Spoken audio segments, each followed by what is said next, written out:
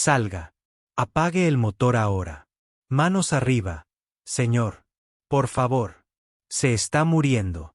Necesito llevarlo al hospital. No me importa quién esté adentro. Salga. Muévase. Mire el monitor. Está en línea plana. Puede verlo. No puedo detenerme. Salga o lo arrastraré yo mismo. Es juez. Acaba de morir mientras usted hace esto. La sirena seguía sonando cuando las esposas se cerraron de golpe. Las luces rojas pulsaban sobre el asfalto mojado mientras una ambulancia, con el motor en marcha y las puertas selladas, se paralizaba en el arcén de una carretera de Georgia. Dentro, el pulso de un juez flaqueaba a cada segundo. Afuera, un oficial tomó una decisión que repercutiría en los tribunales, las carreras y un ajuste de cuentas de 45 millones de pesos. Esta no es una historia sobre un solo arresto. Se trata de cómo el procedimiento, el sesgo y el orgullo chocan, a veces fatalmente, bajo las luces intermitentes. Si te importa cómo se ejerce el poder en momentos de calma, cómo una decisión puede superar a la propia ley, quédate con esta historia. Escucha con atención lo que sucede entre las sirenas y el silencio, donde se pone a prueba la responsabilidad y la verdad deja un rastro de papel. La niebla se cernía sobre el asfalto, una fina capa blanca que suavizaba los bordes de todo lo que tocaba. Los pinos a lo largo del arcén aparecían y desaparecían como siluetas en un sueño medio recordado. A las 5:42 de la mañana, la carretera a las afueras de Mon, Georgia, estaba casi vacía. Solo el zumbido constante de los neumáticos, el brillo de las luces del tablero y la ambulancia abriéndose paso entre todo con una sirena que se negaba a ser ignorada. El conductor mantenía ambas manos firmes en el volante. Su placa de identificación reflejaba el destello intermitente de la barra de luces, con letras parpadeando como un latido. Marcus Cole, con 10 años de experiencia, había entrenado su cuerpo para una precisión serena. Se sabía el estatuto de memoria. Código de Georgia, artículo 6 de junio de 40. Se permite a los vehículos de emergencia exceder los límites de velocidad al responder a una emergencia médica. Luces y sirena activadas. Mismo respeto por la seguridad. Todo sobre esta carrera seguía el protocolo. Despacho registrado. Ruta confirmada. Hospital notificado. El paciente estaba inestable en la parte trasera. El juez Harold Whitman, de 72 años, perdía la conciencia de vez en cuando. Respiraba superficialmente, la piel húmeda. Al abrir los ojos, escrutaron el techo como si buscaran una frase familiar. Una frase que alguna vez supo terminar. El monitor cardíaco hablaba en un lenguaje de pitidos e intervalos. Cada uno era un recordatorio de que el tiempo no era un concepto abstracto. Esta noche, era medible, audible, escurridizo. La médica de la parte trasera, Sarah Chen, llevaba, se aclara la garganta, haciendo esto durante 6 años. Lo suficiente como para reconocer el patrón de deterioro. Lo suficientemente corto como para sentir la urgencia como una descarga eléctrica en el pecho. Ajustó el suero intravenoso, controló la saturación de oxígeno y mantuvo una mano sobre el hombro del juez como si solo el tacto pudiera devolverle la conciencia. «Quédese conmigo, señoría», dijo en voz baja y firme. «Estamos a 17 minutos. Solo quédese conmigo».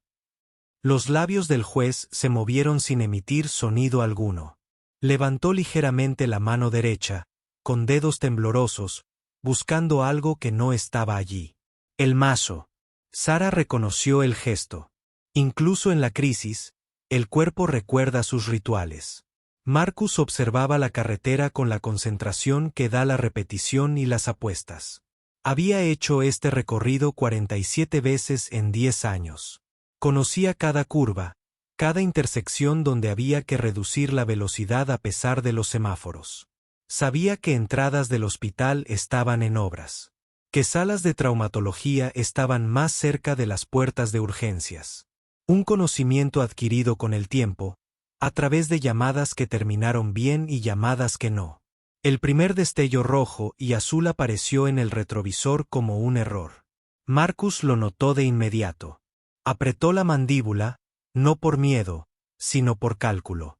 Giró ligeramente a la derecha, manteniendo la velocidad constante, esperando. Se aclara la garganta, esperando que la patrulla pasara. No pasó. La luz permaneció pegada a las puertas traseras. El tono de la sirena no cambió, pero sí su significado. La confusión entró en la cabina como aire frío. Presionó la radio. Despacho, aquí rescate 7. Confirmo, se aclara la garganta. Patrulla estatal iniciando parada en transporte de emergencia activo. Estática. Una superposición. Otra unidad llamando. Un supervisor solicitando ubicación. Demasiadas voces a la vez. Marcus redujo la velocidad, cada milla por hora, sintiendo una concesión que no tenía autoridad para hacer. Finalmente, guió la ambulancia hacia el arcén, con las luces de emergencia parpadeando bajo la luz estroboscópica. Sara sintió la desaceleración al instante. Marcus, ¿por qué nos detenemos? Su voz tenía el filo de una pregunta que ya sabía la respuesta. Nos están deteniendo. Las palabras sonaban absurdas, incluso mientras las pronunciaba. En la parte de atrás, la respiración del juez Whitman se volvió más superficial. El ritmo del monitor tartamudeó, se corrigió, volvió a tartamudear.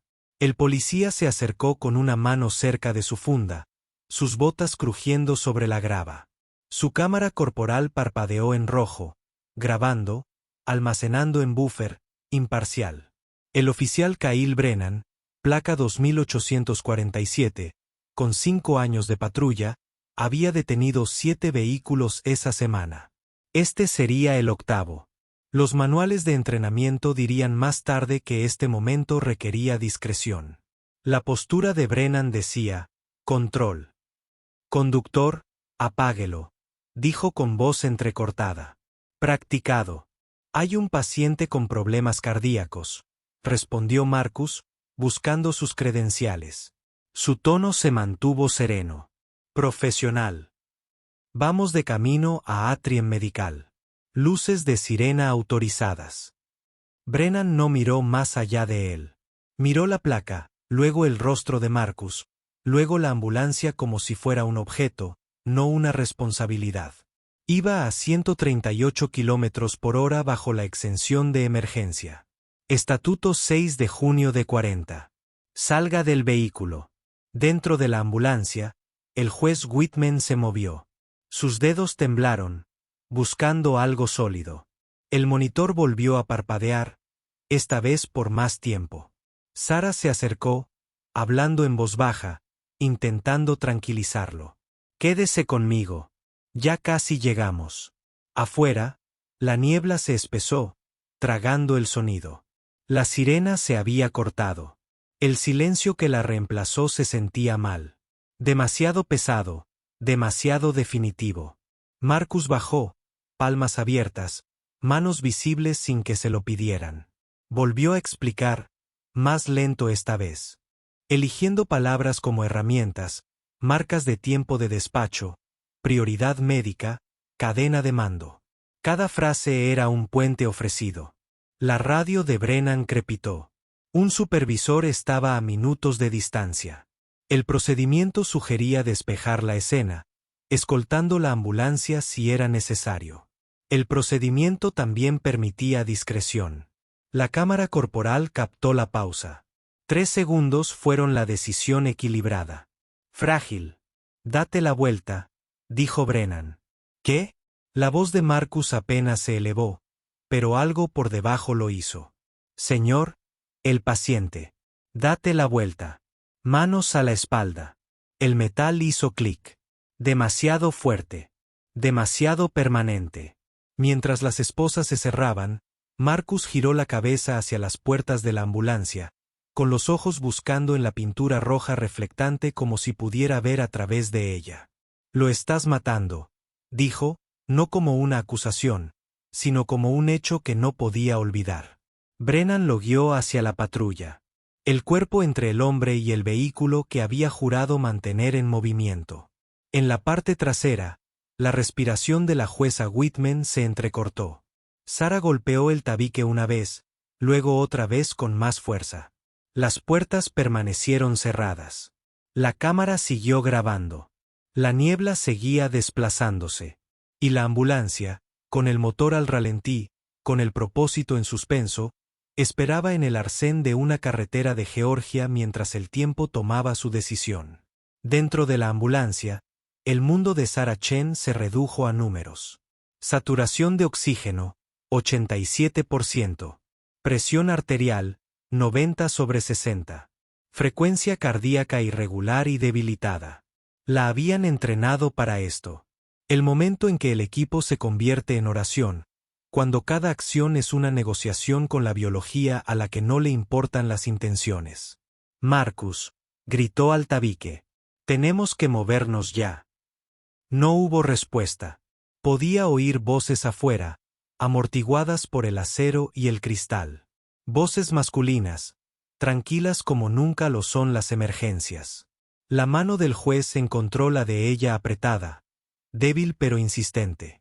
Abrió los ojos y los fijó en su rostro con repentina claridad. Díselo a mi hija, susurró, cada palabra un esfuerzo visible. La cuestión constitucional del caso Henderson. Dile que tenía razón. Sara le apretó la mano. Se lo dirás tú mismo. Nos vamos. Pero incluso mientras lo decía, sintió la mentira. Sintió el tiempo deslizarse como arena a través de la arquitectura. Afuera, llegó un segundo coche patrulla.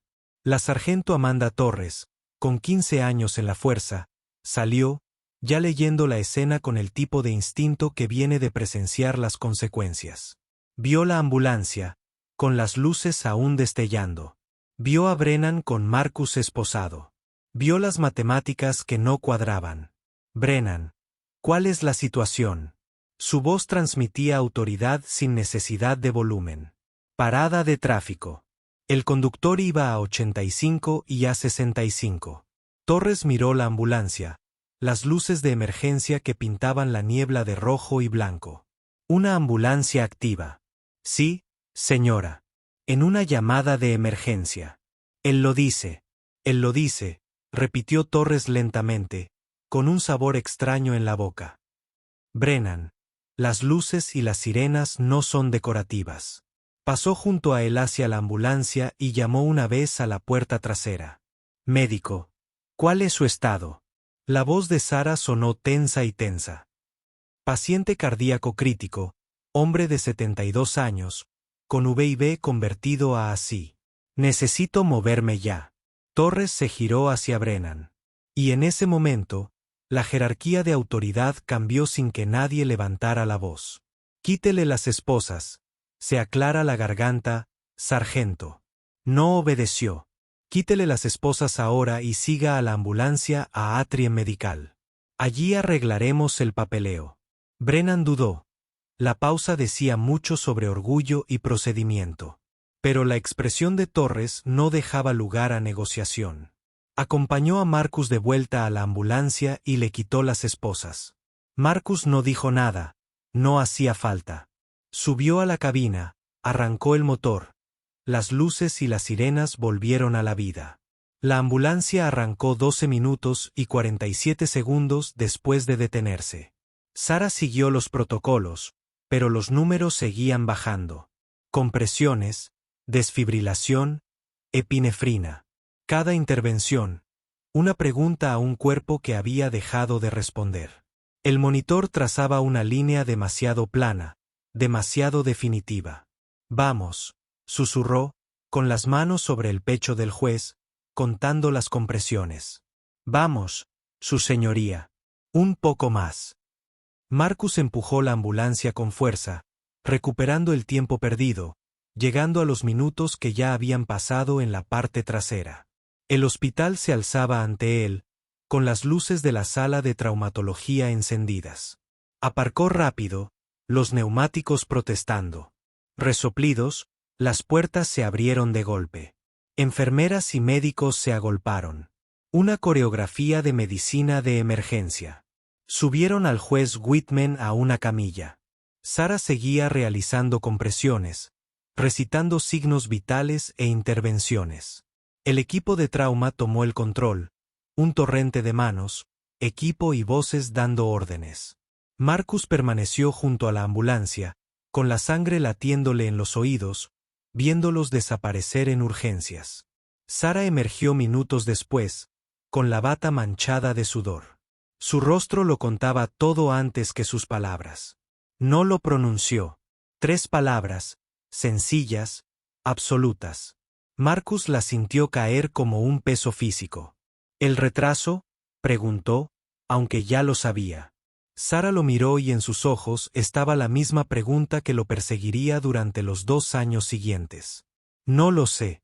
Quizás el paro ya estaba progresando. Pero esos 12 minutos no los terminó. No los necesitó. 12 minutos en paro cardíaco. La diferencia entre daño cerebral y muerte cerebral. Entre luchar contra el azar y la inevitabilidad estadística. Se quedaron bajo la luz fluorescente de la zona de ambulancias. El tic-tac del motor al enfriarse. Ninguno de los dos era capaz de articular las matemáticas de la causalidad. Dentro, el administrador del hospital ya estaba tomando decisiones. El juez Harold Whitman no era solo un paciente. Era juez de un tribunal federal de distrito, nombrado de por vida, con 30 años de servicio en un expediente de casos que no se detenían ante la muerte. Su hija, Clare Whitman Rollers, era abogada en Atlanta. Su hijo Michael enseñaba Derecho Constitucional en Emory. El árbol genealógico parecía un directorio legal. En 2 horas, la noticia se había difundido. Por la mañana, era titular. Juez federal muere camino al hospital. Los informes iniciales fueron de paro cardíaco clínico factual. Transporte de emergencia declarado muerto en Atrium Medical. Pasaron 3 días antes de que alguien preguntara por la cronología. 7 días antes de que preguntaran por la parada. Marcus regresó a casa esa mañana y se sentó en su cocina sin encender las luces. Su esposa, Angela, lo encontró allí 1 hora después. Todavía de uniforme, con la mirada perdida. Cariño, ¿qué pasó? Le contó cada detalle. La parada, las esposas, los 12 minutos, la muerte. Ella escuchó sin interrumpir. Y cuando terminó, le hizo la única pregunta que importaba. ¿Había algo más que pudieras haber hecho? Marcus miró sus manos, las palmas que habían agarrado el volante durante la parada, las muñecas que habían llevado las esposas. Podría haberme ido. Podría haberme negado a parar. Podría haber hecho que me persiguiera hasta el hospital. ¿Y luego qué? Te arresta en el hospital. Pierdes tu licencia. Alguien más muere la próxima vez porque no estás allí. La lógica de Angela era sólida, pero la lógica no era el peso que cargaba. El peso era más simple. Un juez había muerto. Y tal vez esos 12 minutos fueron la diferencia. Brennan presentó su informe esa misma mañana. Parada de tráfico de rutina. Conductor citado por exceso de velocidad. Sin uso de la fuerza. Sujeto liberado en la escena. El lenguaje era limpio, procesal, vacío de contexto. Lo presentó y se fue a casa y durmió profundamente porque el papeleo estaba completo. La sargento Torres también presentó su informe, pero el suyo incluía marcas de tiempo, audio de despacho y una nota de que la ambulancia estaba en una emergencia médica activa. Lo marcó para revisión, no porque pensara que importaría, sino porque 30 años de servicio le habían enseñado que los detalles te protegen cuando las narrativas cambian. La grabación de la cámara corporal se cargó automáticamente. Brennan la revisó una vez, no vio nada problemático. Se siguió el procedimiento, se mantuvo la autoridad, caso cerrado. Clare Whitman Rollers recibió la llamada sobre la muerte de su padre mientras se preparaba para una declaración. Las palabras paro cardíaco y en camino al hospital se registraron, pero fue la frase retrasado por parada de tráfico lo que la hizo detenerse. ¿Qué parada de tráfico?, preguntó. El administrador del hospital dudó. Hay cierta confusión sobre la cronología. La ambulancia fue detenida por la patrulla estatal. No tengo todos los detalles. Claire, quien había pasado 15 años como abogada de derechos civiles antes de mudarse a la práctica privada, sintió que algo se movía en su pecho. Aún no era dolor. Eso vendría después. Primero vino la pregunta: ¿cuánto duró la parada? No estoy segura. Tal vez 10, 15 minutos. Y el estado de mi padre cuando los detuvieron. Crítico. Ya tenía problemas cardíacos. Claire le dio las gracias al administrador y colgó. Se quedó muy quieta un momento y luego llamó a su hermano. Michael contestó al segundo timbre. Le dijo que su padre había muerto, y antes de que pudiera responder, le contó lo de la parada. Detuvieron una ambulancia, dijo con la voz apagada y el control que le daba su entrenamiento. Detuvieron un transporte médico activo que transportaba a nuestro padre. Michael, que enseñaba derecho constitucional con la precisión que su padre le había inculcado, lo comprendió de inmediato. Consigan las grabaciones de la cámara corporal. Consigan los registros de despacho. Consigan los registros GPS de la compañía de ambulancias. Consíganlo todo antes de que desaparezca. Eran abogados antes de ser niños en duelo. Así los habían criado. Así es como su padre les había enseñado a desenvolverse en un mundo donde el proceso importaba. La oficina de prensa de la patrulla estatal emitió un comunicado 3 días después del fallecimiento. La patrulla estatal de Georgia expresa sus condolencias a la familia del juez Harold Whitman. El incidente está bajo revisión interna según el protocolo estándar. Nos comprometemos con la transparencia y cooperaremos plenamente con cualquier investigación. El comunicado lo decía todo y nada. Condolencias sin acuse de recibo, revisión sin admisión. Claire contrató a un investigador, exagente del FBI, que sabía reconstruir cronologías a partir de fragmentos. Recopiló imágenes de cámaras de tráfico, señales de antenas de telefonía móvil y registros de ingresos hospitalarios. Entrevistó a Sarah Chen, quien relató cada segundo de la parada con la precisión de quien la hubiera repasado mentalmente 1000 veces. Entrevistó a Marcus Cole, quien estaba sentado al otro lado de la mesa y simplemente dijo: le dije que el paciente se estaba muriendo. No le importó. El investigador encontró irrefutable la fecha y hora del audio del despacho. 5:42 de la mañana, rescate 7 en camino con un paciente cardíaco crítico. 5:51 de la mañana, rescate 7 avisa de una parada de tráfico iniciada por la patrulla estatal. 6:03 de la mañana, rescate 7 autorizado para continuar. 12 minutos y 11 segundos. Documentado, archivado, irrefutable. La grabación de la cámara corporal se solicitó a través de registros públicos. La patrulla estatal inicialmente denegó la solicitud, alegando que la investigación estaba en curso. Claire presentó una moción. El tribunal ordenó su divulgación. La grabación se reprodujo en una sala de conferencias sin ventanas. Claire vio morir a su padre en incrementos de 12 minutos. Vio a Brennan acercarse a la ambulancia. Vio a Marcus explicar, vio cómo se cerraban las esposas, vio pasar los minutos mientras el corazón de su padre dejaba de latir. Se aclara la garganta. Cuando terminó, se quedó muy quieta. Su hermano le puso una mano en el hombro. Ninguno de los dos habló. El informe del investigador fue como una declaración jurada. 47 páginas, reconstrucción de la cronología, declaraciones de testigos, análisis de peritos médicos. La conclusión fue clínica. La probabilidad de supervivencia del paciente disminuyó aproximadamente un 23% por cada minuto de intervención cardíaca avanzada retrasada. Un retraso total de 12 minutos se correlacionó con una probabilidad de supervivencia cercana a 0. Traducción: esos 12 minutos lo mataron. El informe circuló discretamente al principio. Redes de abogados, organizaciones de derechos civiles, juntas médicas. Luego, un periodista del Atlanta Journal-Constitution recibió una copia. El titular se escribía solo: Juez federal muere al ser detenida una ambulancia por un policía estatal.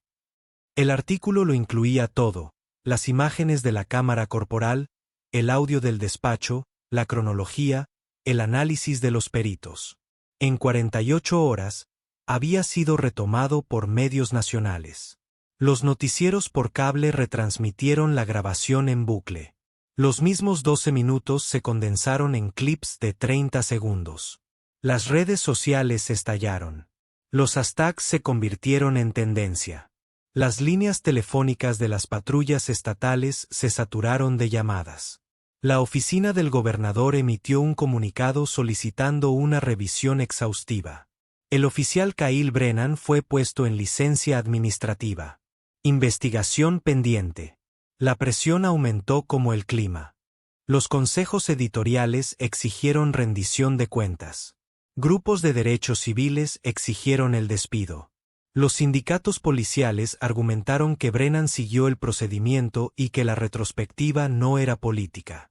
El debate se prolongó en abstractos hasta que Clare Whitman Rollers presentó una demanda de derechos civiles no solo contra Brennan, sino contra el Estado, la patrulla y la política que permitía a un policía priorizar el procedimiento sobre la vida.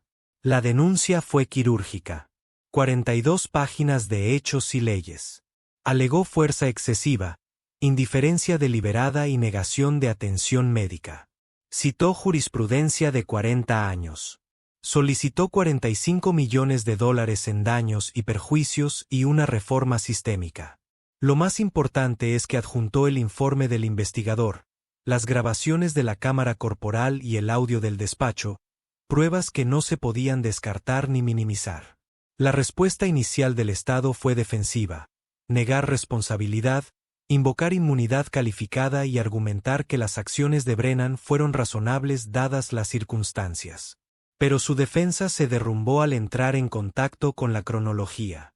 12 minutos de audio grabado donde Marcus explicó, suplicó y documentó la emergencia. 12 minutos en los que se pudo haber ejercido discreción y no se hizo. Las declaraciones comenzaron 6 meses después de la presentación. Marcus Cole se sentó frente a los fiscales y relató la detención con la misma precisión que mostró en la entrevista con el investigador. Sarah Chen testificó sobre el deterioro de la jueza Whitman durante la demora. Los expertos médicos explicaron la progresión del paro cardíaco minuto a minuto. Los supervisores de patrulla admitieron que la política permitía la deferencia requerida al transporte médico activo. La declaración de Brennan duró 7 horas. Su abogado objetó con frecuencia, pero los hechos eran obstinados. Sí, le habían entrenado para que las ambulancias con luces y sirenas tuvieran prioridad de paso. Sí, había escuchado a Marcus explicar la emergencia médica. Sí, había decidido detener a Marcus de todos modos. ¿Por qué? La pregunta flotaba en el aire. La respuesta de Brennan: creo que la detención fue necesaria para garantizar el cumplimiento. ¿Cumplimiento de qué?, preguntó el abogado de Clare. Ley de tránsito. Más importante que una vida. Tuve que tomar una decisión. Y su juicio fue que el papeleo importaba más que un hombre muriendo. Objeción.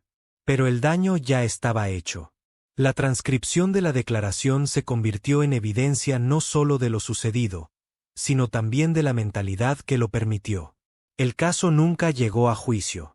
8 meses después del descubrimiento de pruebas, con la acumulación de pruebas y la presión mediática, los fiscales del Estado solicitaron una mediación. Llegaron con autoridad para llegar a un acuerdo con propuestas de políticas redactadas con cifras preparadas. Clare llegó con el obituario de su padre y su hermano, entendiendo que ninguna cantidad de dinero devuelve a los muertos. El mediador, un juez federal jubilado que había conocido profesionalmente a Harold Whitman, abrió el asunto reconociendo lo obvio. Este era un caso que nadie podía ganar. El Estado no podía defender 12 minutos de retraso documentado. La familia no podía resucitar a un padre. La cuestión no era la culpabilidad o la inocencia. Era que vendría después. Las negociaciones duraron 3 días. El Estado ofreció $15 millones. Clare contraatacó con $60 millones en reformas sistémicas. Acordaron $45 millones más cambios integrales en las políticas. Se reescribieron los protocolos de parada de vehículos de emergencia para exigir la notificación inmediata al supervisor y la liberación obligatoria a menos que exista una amenaza inminente. Cámara corporal. Las imágenes se marcaban automáticamente cuando se detenían vehículos de emergencia. Capacitación anual sobre reconocimiento de emergencias médicas. Una junta de supervisión independiente revisaba todas las detenciones de vehículos de emergencia. Las reformas eran más importantes que el dinero. Eran admisión sin admisión, reconocimiento sin disculpas, reconocimiento de que algo se había roto y necesitaba reparación. El acuerdo incluía una cláusula que prohibía al Estado alegar que las reformas eran voluntarias. Tenían que reconocer que los términos del acuerdo las exigían. Cuando se anunció el acuerdo, las reacciones se dividieron según lo predecible. La familia lo calificó de inadecuado pero necesario. Los grupos de derechos civiles lo llamaron progreso. Los sindicatos policiales lo llamaron una crítica del lunes por la mañana. El público que veía las imágenes de la cámara corporal por enésima vez lo consideró obvio. La cifra de $45 millones dominaba los titulares, pero las reformas se quedaban en notas a pie de página. Brennan se enteró del acuerdo mientras trabajaba en seguridad en un centro comercial. Había renunciado a la patrulla antes que ser despedido. Había encontrado un trabajo que requería uniforme, pero no discreción. La noticia llegó a su teléfono como a todos los demás. Acuerdo de $45 millones en el caso de la muerte de un juez. Leyó el artículo de pie en un pasillo del centro comercial. Fluorescente. Luces zumbando en lo alto. El artículo mencionó su nombre una vez. El expolicía Kyle Brennan, quien realizó la parada, se negó a hacer comentarios. No se había negado. Nadie le había preguntado. Quería decir que había estado haciendo su trabajo, siguiendo su entrenamiento, manteniendo el orden, pero las palabras ahora se sentían huecas, erosionadas por el peso de 12 minutos irrecuperables. Marcus Cole leyó sobre el acuerdo en la estación de ambulancias entre llamadas. Los miembros de su equipo lo felicitaron como si la cifra justificara la parada, pero no fue justificación lo que sintió. Alivio, tal vez, agotamiento, sin duda. La sensación de que algo había cambiado en cómo se trataría el transporte de emergencia, pero también el conocimiento permanente de que el juez Whitman murió bajo su supervisión, en su ambulancia mientras permanecía esposado en el arcén de una carretera. Las reformas se implementaron lentamente, los módulos de capacitación se actualizaron, los protocolos se revisaron, los supervisores fueron informados, la patrulla emitió nuevas directrices que parecían una confesión envuelta en lenguaje burocrático. Los oficiales deben actuar con discreción al encontrarse con vehículos de emergencia que realizan transporte médico activo. La detención de dichos vehículos requiere amenaza inmediata y articulable para la seguridad pública y notificación inmediata al supervisor. Traducción. No hagas lo que hizo Brennan. Los nuevos protocolos se denominaron extraoficialmente las reglas Bittman. Los oficiales que se presentaban para las sesiones informativas de turno se enteraron de ellos, vieron las grabaciones de la cámara corporal y analizaron el margen de 12 minutos en el que la discreción podría haber salvado una vida y una carrera. Algunos lo entendieron de inmediato, otros necesitaron que se les explicara el cálculo. 12 minutos, una muerte, $45 millones, carrera terminada. La sargento Amanda Torres, quien llegó al lugar y ordenó a Brennan que liberara a Marcus, fue ascendida a teniente. Su informe, detallado y honesto, proporcionó el cronograma documentado que hizo imposible la defensa. Supervisó la implementación de los nuevos protocolos, realizando sesiones de capacitación donde reprodujo las grabaciones y planteó la única pregunta importante: ¿qué harías diferente? La mayoría de los oficiales dijeron que habrían escoltado la ambulancia. Algunos admitieron que también podrían haberla detenido, antes de ver las consecuencias. Algunos insistieron en que Brennan no hizo nada malo. Torres anotó que oficial dijo que porque los patrones de juicio se revelan en situaciones hipotéticas antes se materializan en paradas de tráfico. 6 meses después del acuerdo, 2 oficiales fueron señalados por paradas similares de vehículos de emergencia. Ambos fueron reasignados inmediatamente a tareas administrativas a la espera de su reentrenamiento. 2 años después de la muerte del juez Whitman, la familia Whitman estableció una fundación en su nombre. Su misión es promover la rendición de cuentas y la respuesta a emergencias, y apoyar a las familias afectadas por la atención médica retrasada. Clare presidió la junta. Michael se encargó de la supervisión legal. Otorgaron su primera subvención a una organización sin fines de lucro que rastrea datos de paradas de ambulancias en todo el país. Los datos contaban historias que no llegaban a los titulares. Las ambulancias se detuvieron 1.247 veces a nivel nacional el año anterior. El retraso promedio fue de 6 minutos. Desglose demográfico. El 67% de las ambulancias retrasadas atienden a barrios predominantemente minoritarios.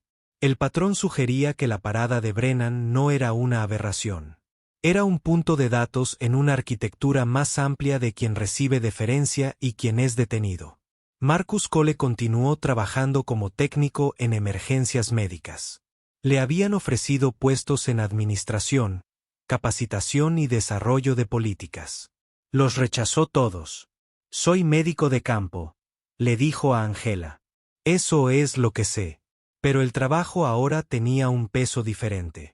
Cada vez que un agente le hacía señas para que pasara por una intersección, se preguntaba si era el nuevo protocolo o su rostro lo que reconocían. Cada carrera se sentía como tiempo prestado. Minutos que pertenecían a pacientes que no podían permitirse perderlos.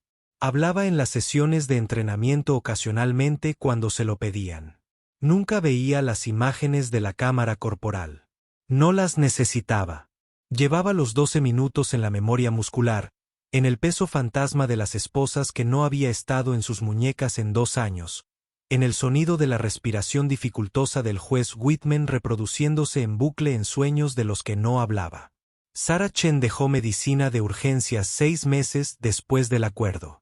No por un trauma, insistió, sino porque la habían aceptado en un programa de asistente médico. Pasaría menos tiempo en la parte trasera de las ambulancias, más tiempo en rotaciones clínicas, pero la verdadera razón era más simple. No podía dejar de oír el ritmo del monitor mientras se aplanaba mientras la ambulancia permanecía inmóvil. Algunos sonidos te cambian. Ese sí. Kyle Brennan trabajó en seguridad de centros comerciales durante 1 año antes de dedicarse a las investigaciones privadas. Verificaciones de antecedentes, vigilancia, un trabajo que no requería tomar decisiones instantáneas sobre la vida o la muerte. Se dijo a sí mismo que había dejado la policía bajo sus propios términos, que el acuerdo era una farsa política, que cualquier agente habría tomado la misma decisión. Pero a altas horas de la noche, hojeando artículos sobre la Fundación Whitman, sobre nuevos protocolos de entrenamiento, sobre la reforma de vehículos de emergencia, se preguntaba. No si se había equivocado. La pregunta era más compleja que si estaba bien o mal. Se preguntaba si había confundido control con seguridad. Si lo habían entrenado para ver el cumplimiento como algo más urgente que una crisis. Si los 12 minutos habrían transcurrido de otra manera si la jueza Whitman hubiera sido blanca. Si Marcus Cole hubiera sido blanco.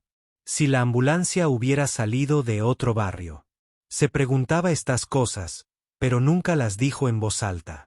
Decirlas sería reconocer que el acuerdo no era una farsa política. Que los $45 millones que había perdido en su carrera y el juez fallecido estaban conectados por decisiones que había tomado en un lapso de tiempo más corto. Más que una pausa publicitaria. Así que trabajó en sus casos, presentó sus informes y evitó las carreteras donde la niebla se acumulaba a baja altura sobre el asfalto como un recuerdo. 3 años después de la muerte, la Patrulla Estatal de Georgia publicó datos sobre las detenciones de vehículos de emergencia. Las cifras mostraron una reducción del 73% en las detenciones de ambulancias. El retraso promedio cuando se produjeron las detenciones fue de 2,3 minutos frente a los 6,8 minutos anteriores. 0 muertes atribuidas al retraso de vehículos de emergencia desde la implementación del protocolo. Los datos no se celebraron a sí mismos. Simplemente existieron. Un recuento discreto de lo que sucede cuando las políticas aprenden de las consecuencias. Al portavoz de la patrulla, en una conferencia de prensa en la que se anunciaron los datos, se le preguntó si las reformas justificaban la demanda de la familia Whitman. El portavoz, leyendo un discurso preparado, dijo que las reformas representaban el compromiso continuo de la patrulla con la excelencia en la colaboración comunitaria. Traducción: cambiaron la política sin admitir que la antigua política mató a alguien. El portavoz no mencionó el nombre de Brennan. No era necesario. Su ausencia fue más elocuente que el reconocimiento. Claire Whitman Rollers asistió a la conferencia de prensa. Después, un periodista preguntó si las reformas le dio un cierre. Consideró la pregunta. El cierre sugiere un final. Dijo: la muerte de mi padre no tiene un final. Tiene consecuencias. Las reformas son consecuencias. Los $45 millones son una consecuencia. Mi hermano y yo, haciendo este trabajo, somos una consecuencia. Cierre no es la palabra correcta. Responsabilidad sí lo es. La reportera le preguntó si había hablado con Brennan, si hubo alguna conversación, alguna disculpa. La expresión de Claire no cambió.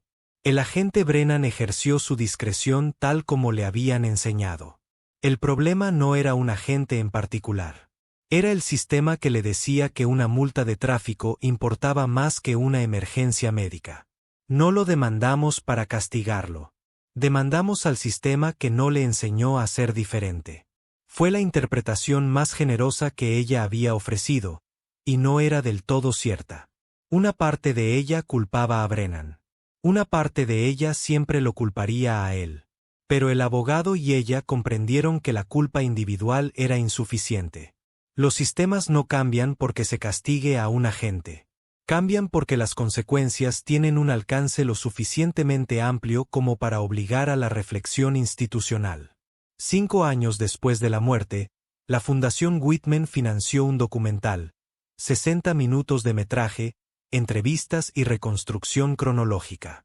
Marcus Cole apareció ante la cámara por primera vez, relatando la detención con la misma precisión. Había mostrado en su declaración. Sarah Chen, ahora asistente médica, describió el deterioro médico con gran detalle. Brennan se negó a participar, aunque los cineastas lo contactaron en repetidas ocasiones. El documental se estrenó en un festival de cine. Luego apareció en plataformas de streaming y se convirtió en una visita obligada en comisarías de 3 estados. No se trataba de activismo, sino de arqueología. Excavar los 12 minutos para comprender cómo el procedimiento se convirtió en fatal. El momento más impactante llegó al final, cuando Claire y Michael estaban en la habitación de su padre, ahora ocupada por otro juez, mirando la placa que había sido reemplazada.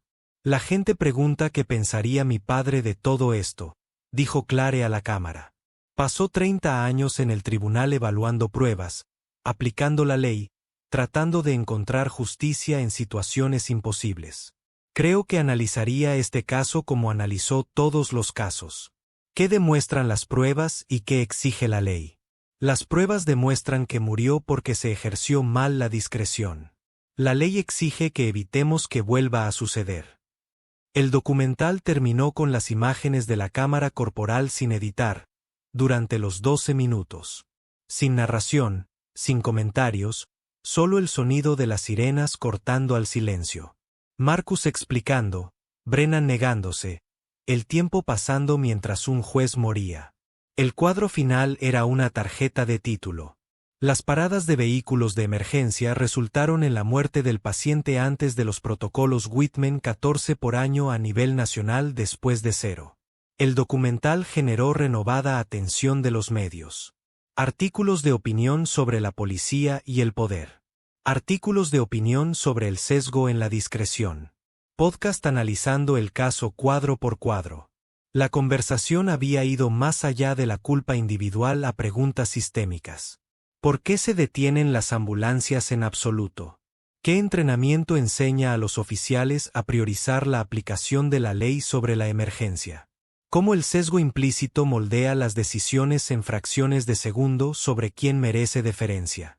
Las preguntas eran incómodas, lo que significaba que eran necesarias. 7 años después de la muerte del juez Whitman, Marcus Cole recibió una carta. Llegó a la estación de ambulancias dirigida a mano. Dentro, una sola página escrita a mano. Señor Cole, le escribo no como el oficial que lo detuvo, sino como una persona que ha pasado 7 años pensando en 12 minutos. Quiero que sepas que ahora entiendo lo que no entendí entonces. La carta continuaba durante 3 párrafos. Brennan no se disculpó directamente, pero reconoció que su juicio había sido erróneo, que sus prioridades estaban mal ubicadas, que la formación que lo preparó para hacer cumplir la ley no lo había preparado para discernir. Terminó diciendo que esperaba que Marcus pudiera continuar su trabajo sin cargar con el peso de esa noche. Marcus leyó la carta 2 veces y luego la archivó sin responder, no porque no perdonara, sino porque el perdón no le correspondía concederlo. La familia de la jueza Whitman tendría que tomar esa decisión.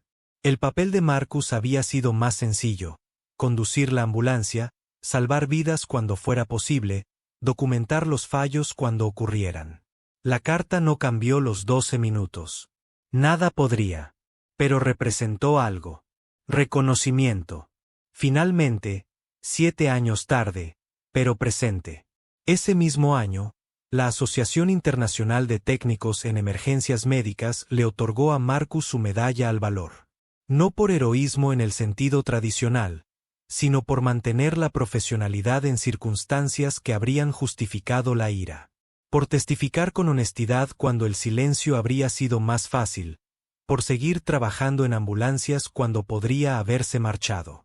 Aceptó el premio en una conferencia en Baltimore, pronunció un breve discurso sobre el deber y el duelo, y luego regresó a su turno.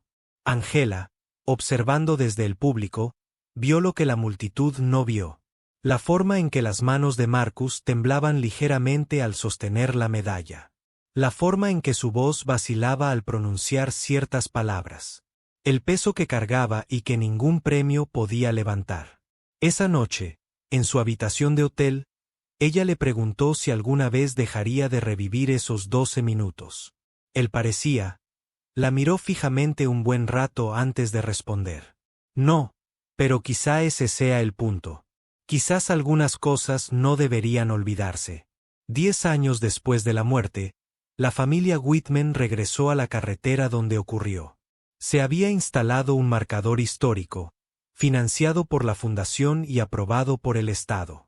Decía: en este lugar, el juez federal Harold Bittman falleció mientras se retrasaba el transporte de emergencia. Su muerte impulsó reformas que protegen la respuesta médica en todo el país. Que su memoria inspire vigilancia en el ejercicio de la autoridad. Clare estaba de pie frente al marcador, con sus hijos a su lado. Eran pequeños cuando murió su abuelo, apenas lo recordaban, pero conocían la historia. Habían crecido oyendo hablar de los 12 minutos, de la ambulancia detenida en una carretera con niebla, de las consecuencias que se extendieron más allá de lo previsto. ¿Por qué estamos aquí?, preguntó su hija, de 10 años y franca. Para recordar, Clare dijo, no solo el abuelo, sino lo que significó su muerte. La gente tiene poder. Cómo lo usan importa. El agente que detuvo esa ambulancia tenía poder. Lo usó mal. Pero el sistema que lo entrenó, que lo permitió, ahí es donde reside el verdadero poder. Y cuando suficientes personas lo exigen, los sistemas pueden cambiar. Eso es lo que hizo la muerte del abuelo. Forzó el cambio. Su hijo, de 8 años, miró el marcador. ¿Funcionó? ¿Evitó que otras personas murieran? Clare intercambió una mirada con Michael. La pregunta era más compleja de lo que un niño podría entender, pero la respuesta no. Sí, desde las nuevas reglas, nadie más ha muerto como el abuelo. Eso no lo hace aceptable, pero significa que su muerte importó. Se quedaron de pie unos minutos más y luego regresaron a su coche. El tráfico pasaba, constante e indiferente. En algún lugar más adelante, una ambulancia con luces y sirenas se abrió paso entre los carriles, y los coches se hicieron a un lado sin dudarlo. Un agente que vio el vehículo de emergencia lo dejó pasar. Y políticas nacidas de 12 minutos de la tragedia creó un espacio para que otros vivieran. 15 años después de la muerte del juez Whitman, el caso se había convertido en jurisprudencia. El caso Bittman contra la Patrulla Estatal de Georgia apareció en los libros de texto de las facultades de Derecho, en los manuales de formación policial y en los protocolos médicos de emergencia. Los hechos se habían condensado, simplificado y facilitado la enseñanza. Un juez federal fallece al detener una ambulancia. Se llegó a un acuerdo por $45 millones y se implementaron reformas sistémicas. Los detalles humanos se desvanecieron, dejando paso a la estructura. Pero en las estaciones de ambulancias y en las salas de información de las patrullas, los detalles humanos persistieron. Los veteranos que trabajaron con Marcus Cole contaron la historia a los nuevos técnicos de emergencias médicas. Los sargentos que sirvieron con Amanda Torres la usaron para enseñar discreción. La niebla, los 12 minutos, las esposas, la muerte, se convirtieron en leyenda, lo que significa que se convirtieron en advertencia. Esto es lo que sucede cuando el procedimiento supera al juicio.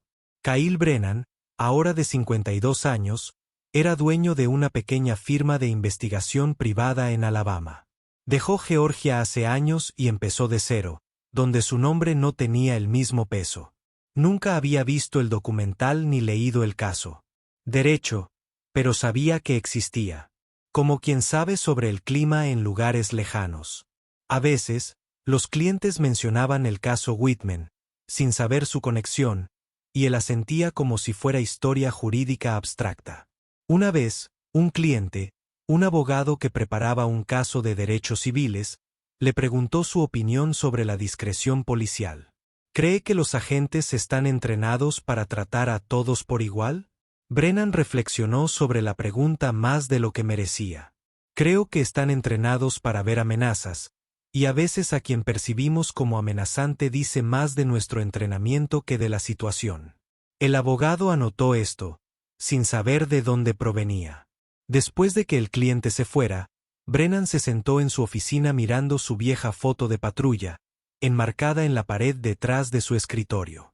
Tenía 32 años en la foto, confiado, seguro, orgulloso de la placa y lo que representaba. Nunca imaginó que la confianza mataría a alguien. Pero la confianza, combinada con un mal entrenamiento, con prejuicios no examinados, con un procedimiento que priorizaba el control sobre la atención, era una fórmula para la tragedia. Marcus Cole se retiró del servicio activo a los 55 años.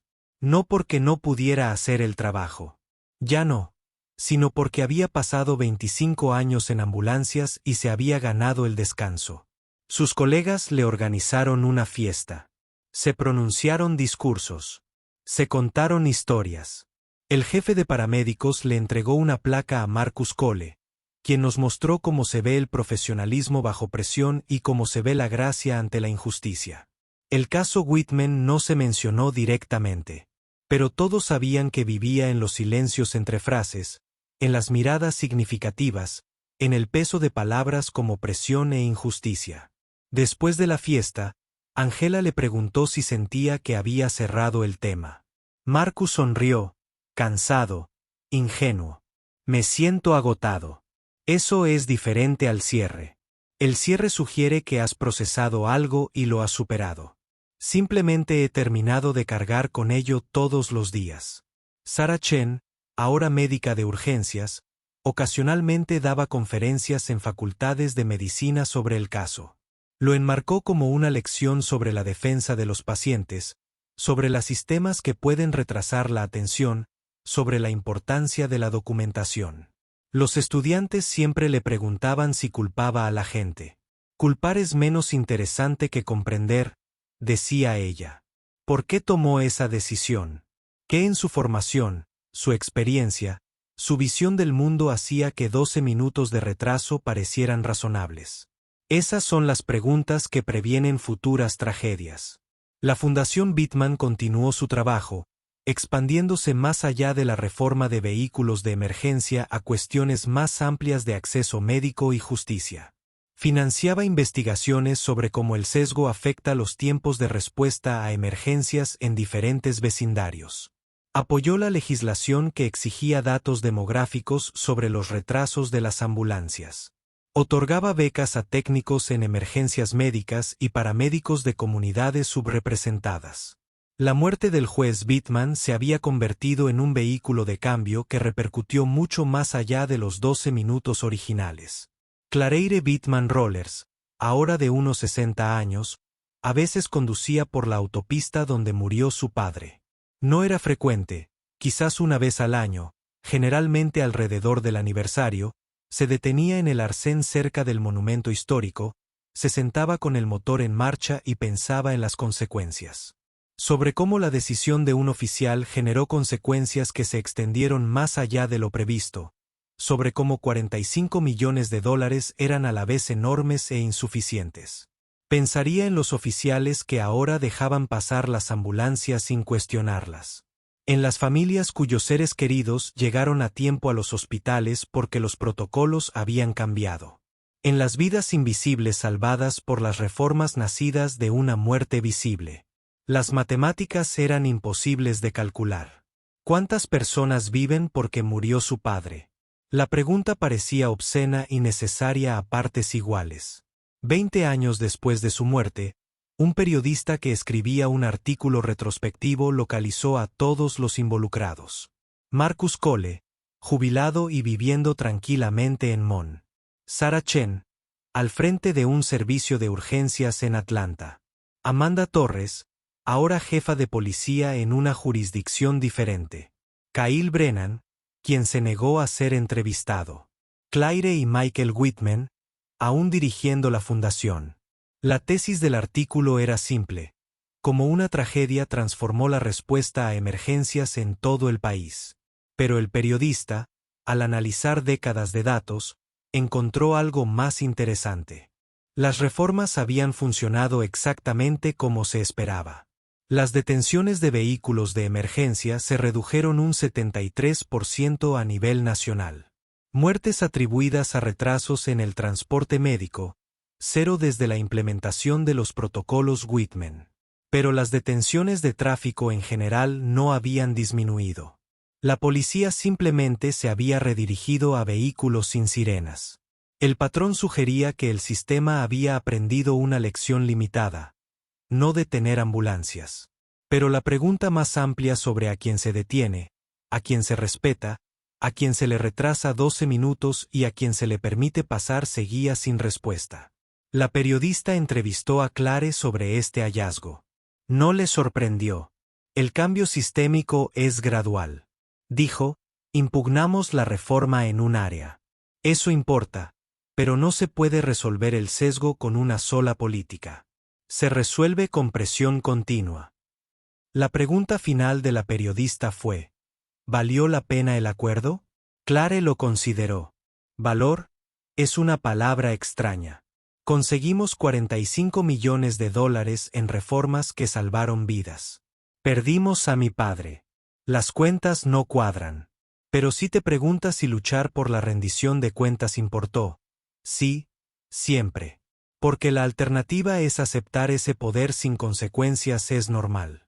Y ese es un mundo donde los jueces mueren en las cunetas de la carretera mientras los oficiales siguen el procedimiento. El artículo se publicó en el 20 aniversario de la muerte de la jueza Whitman. Generó una atención modesta, un estallido de intercambio en redes sociales, algunos artículos de opinión, y luego se desvaneció a medida que avanzaban los ciclos informativos. Pero en las policías de las facultades de Medicina y Derecho, el caso persistió. Whitman versus Georgia persistió no como titular, sino como libro de texto, no como indignación, sino como lección. Y en un tramo de carretera a las afueras de Mon, donde la niebla aún se acumulaba al amanecer y los pinos aún aparecían y desaparecían como siluetas y sueños. El tráfico pasaba por un hito histórico que la mayoría de los conductores nunca notaban. Pero de vez en cuando pasaba una ambulancia, con las luces y las sirenas encendidas, los coches se apartaban de inmediato y los oficiales, al ver el vehículo de emergencia, le indicaban que pasara sin pensarlo. Esos momentos no contados ni registrados fueron el legado de la jueza Whitman. No el acuerdo, ni los titulares, sino la arquitectura invisible del cambio de comportamiento. Donde la discreción había recibido lecciones diferentes, donde 12 minutos de retraso se habían vuelto impensables, donde el espacio entre las sirenas y el silencio se medía en vidas salvadas en lugar de vidas perdidas. El grito de la sirena se desvaneció en la distancia y el tráfico reanudó su ritmo. Y la niebla se disipó al llegar la mañana. Y en algún lugar más adelante, en una sala de urgencias donde los segundos contaban, un paciente recibió atención que no habría llegado a tiempo 20 años antes. La matemática de la causalidad era imposible de rastrear. Esta persona vivía porque esa persona murió. Esta reforma porque esa tragedia. Pero la conexión existía, invisible como la niebla, persistente como un memorando real, tan real como los 12 minutos que cambiaron la forma en que se mueve el poder. Cuando suenan las sirenas. Y, al final, esa fue la historia. No se trató de un solo arresto, ni de la decisión de un oficial, ni siquiera de $45 millones, sino de cómo las consecuencias, una vez documentadas y exigidas, tienen el poder de transformar los momentos de tranquilidad donde la vida y la muerte se balancean bajo el peso de la discreción. La ambulancia desapareció en el horizonte. La carretera volvió al silencio. La niebla seguía flotando. Y en el espacio entre lo que fue y lo que pudo haber sido, la rendición de cuentas perduró, imperfecta, incompleta, insuficiente, pero presente. Un rastro documental que lleva de la tragedia a la reforma. De 12 minutos a 20 años, de la muerte de un juez a innumerables vidas salvadas. Esta no es la historia de un solo arresto. Trata de cómo el procedimiento, el sesgo y el orgullo chocan, a veces fatalmente, bajo luces destellantes. De cómo el poder mal ejercido en momentos de tranquilidad crea consecuencias que se extienden a lo largo de décadas. De cómo una decisión puede superar a la propia ley, y cómo la ley, lenta e imperfectamente, aprende a ponerse al día. Si crees que la rendición de cuentas, la documentación y la importancia de hablar, incluso cuando te cueste, importan, comparte esta historia. Porque la justicia no se logra automáticamente. Se logra cuando suficientes personas la exigen con la suficiente fuerza y durante el tiempo suficiente, para que los sistemas se encuentren más fácil cambiar que defender lo indefendible. Suscríbete para leer mañana la historia de una maestra que documentó cada represalia de un director y derribó la cultura de corrupción de todo un distrito. Porque defender lo correcto no es fácil, pero siempre es necesario.